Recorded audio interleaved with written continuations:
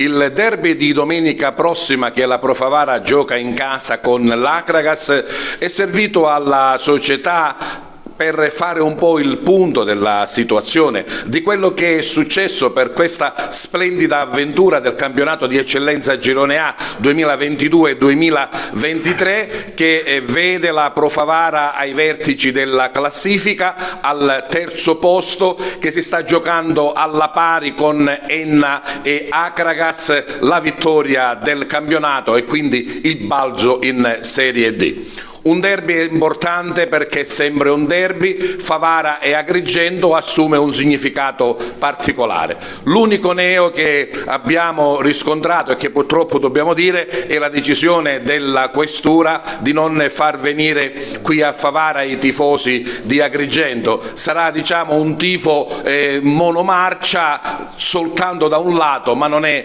la colpa della società della Pro Favara. Purtroppo non solo a Favara ma in tanti stadi d'Italia a volte le tifoserie non fanno bene il proprio compito. Dicevamo un punto della situazione che vede la società gioire di quello che è il risultato. Salvatore Marrone.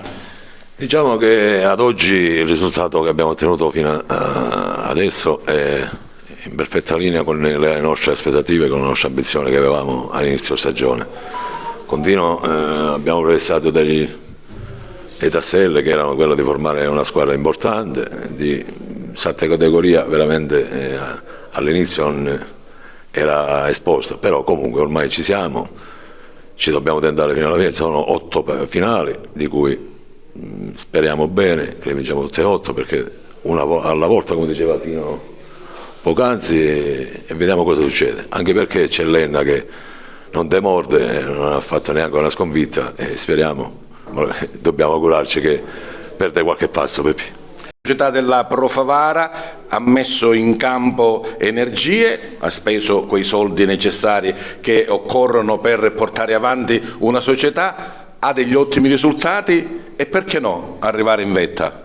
Siamo vicini, quindi ci speriamo. Certo non è che siamo da soli, c'è l'Akragas, una bellissima squadra, una bellissima società, c'è l'Enna che sta facendo cose straordinarie. È una squadra bellissima pure, sono organizzati, c'è il Misilmeri pure che è un poco indietro ma è pure una bella squadra, quindi qua siamo, mancano 8 partite, quindi la nostra storia è un poco diversa perché noi abbiamo sia l'Akragas che l'Enna che devono venire qua, quindi già sono vincendo. E proprio l'Akragas arriva domenica, come avete organizzato questa importante partita? L'abbiamo organizzato con tifosi che già loro si stanno organizzando bene. Tra l'altro ho visto poco fa qualche tifoso che già si preparano con cartelloni, un po' di coreografie.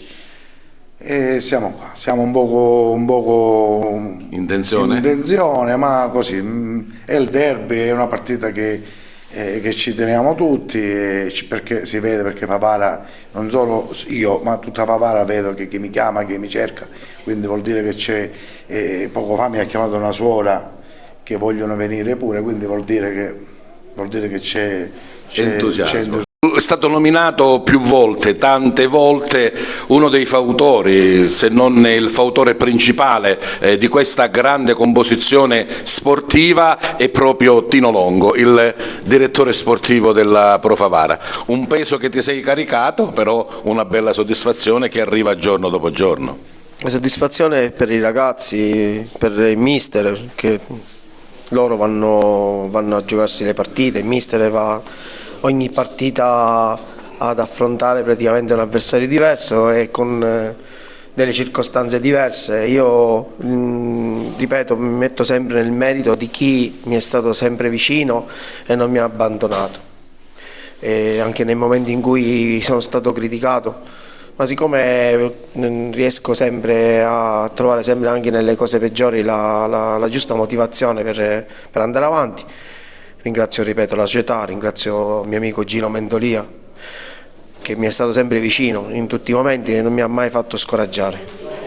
Ringrazio Angelo Sciortino che ci confrontiamo tutte le mattine, nessuno parla mai di lui, ma è una persona che mi aiuta molto anche nelle decisioni, a volte di scoprire qualche giocatore, perché questo è quello che funziona in questa società, delle persone che magari voi non sentite parlare, ma che poi alla fine si fa tutto nel contesto praticamente delle sinergie che aiutano tutta la società a fare una squadra. Un derby senza tifoseria ospite, siamo stati pure noi penalizzati non potendo andare con i nostri tifosi ad Agrigento nella partita di andata, però le ordinanze degli organi superiori vanno rispettate, non vanno mai contestate. Se il prefetto ha ritenuto opportuno per una questione di prevenzione chiudere, diciamo, l'accesso ai tifosi ospiti sia nel derby andata che nel derby di ritorno, ne dobbiamo prendere atto, e sulla scorta di questo decreto prefettizio noi stiamo attuando tutte le prescrizioni che la prefettura e le forze dell'ordine e la questura di Agrigento